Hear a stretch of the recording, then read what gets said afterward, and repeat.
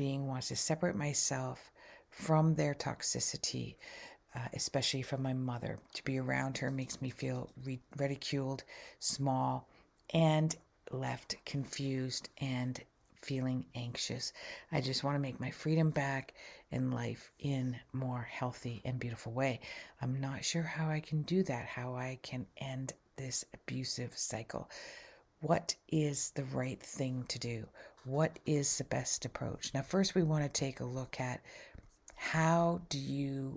what do you need from your mom? What are your mom needs? What are your nurturing needs?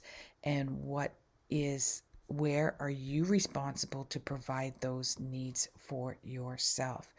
So very much I know this sounds really cold and callous, but let's just be blunt, okay? Animals, they need to nurture their offspring by feeding them and protecting them, sheltering them, and making sure that no one eats them, okay, or kill, right? So those are three things. And that's all they need until they're old enough. And in the animal world, that's quite young, to go do that for themselves, to fend for themselves. Until then, they are taught how to fend for themselves. If they are neglected or taken away or separated for whatever reason, they will die. However, they did do, which would never be allowed now in the 1950s, a study, an experiment with monkeys. They had a fake monkey, which was mesh and fake fur, with a feeding milk bottle attached to it. And they had a real monkey. And so two babies, like I said, they wouldn't allow this now. So two babies, one had access to the real monkey, one had access to the fake monkey. Obviously, the real monkey's mom coddled and nurtured and hugged, and there was warmth and understanding that this is my real mom, and the other one didn't. Although it was fed, and it was protected, and it was not clothed, but sheltered, it died because of a lack of love. Now, although this 1950 study would no longer be allowed, we, through those unfortunate circumstances, did learn that loving and nurturing is extremely important. Now, we're not monkeys, so we will continue, and I don't know what the other circumstances are in there. I think it was very stale circumstances. You're not even in a house of some sort. You're in a study lab, but which probably contributed to it as well. However, we're not monkeys, and we do survive, but parts of us die. Parts of us do die off, and we suffer, and we continue the rest of our lives in survival mode, trying to capture the essence of what we lost as a child, that we never had as a child, in order to continue our emotional, psychological, and spiritual survival. We will look for this through our partners, our friends, and possibly continue to look through this in an either abuseful, neglectful, or codependent relationship with a parent or parents. Is this what's happening for you? So how do we find that? We look at non-attachment. We look at this as an opportunity for non-attachment and unconditional love. That sounds very cliche, and it is a Buddha way. It is achievable. Can we master it in a lifetime? Most likely, most of us will not. The idea that it is achievable is hope.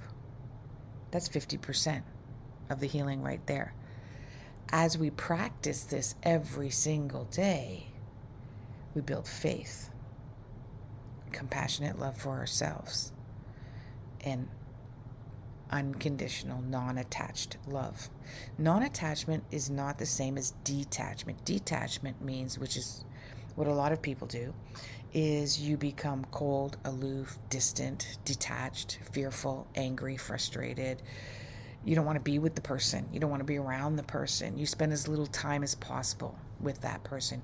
You don't engage with them. You are nice in front of them, but you're cringing and suffering in silence the whole time you're with them, and you can't wait to leave. This is a sense of detachment, which means you're attached, but you're detaching yourself in order to survive. Non-attachment means you're not attached to their behavior. You're not attached to the result of their behavior. You're not attached to your behavior and your triggers, and you're not attached to fixing it. You accept it and them as they are, unconditionally. So many times we can continue to have connections with them. Might be family gatherings, might be they're picking up the grandchildren, and you can have those without being affected, or you're practicing not being affected as you're going through the motions of everyday family life. Or if it's really abusive, extremely abusive, then you decide that I can no longer be in their presence and I need a break. Now, the other thing in Buddhism is impermanence. Nothing is permanent. So you don't make this decision long term. You make the decision for today. Today, I've decided that I can no longer engage in a relationship with this abusive relationship. Could be a friendship, could be a coworker, right? I'm going to quit this relationship. Am I going to come back? Am I going to return? Will I circle back? Possibly. But you don't have to answer that right now. It is a day-to-day decision. Right now, this is what I need to do for me. Today, I'm not going to that party. Today, I'm not going to invite you over for dinner on a Sunday as we normally would. I need a break. I'm healing. Oh, does this mean it's permanently over? They might say. No, this means I'm taking a break. I need a healing. Well, what about the kids? What about our plans? What about the decisions I made for you? I'm taking a break. I'm healing. Well, what are you healing about? What's wrong? Why do you need to heal? I'm taking a break and I'm healing. Part of the healing process is that I am not 100% aware of what all the answers are. If I did know that, I wouldn't have to heal, process, right? It's robotic, it's scripted, but you have to say the same thing over and over again. That's your answer.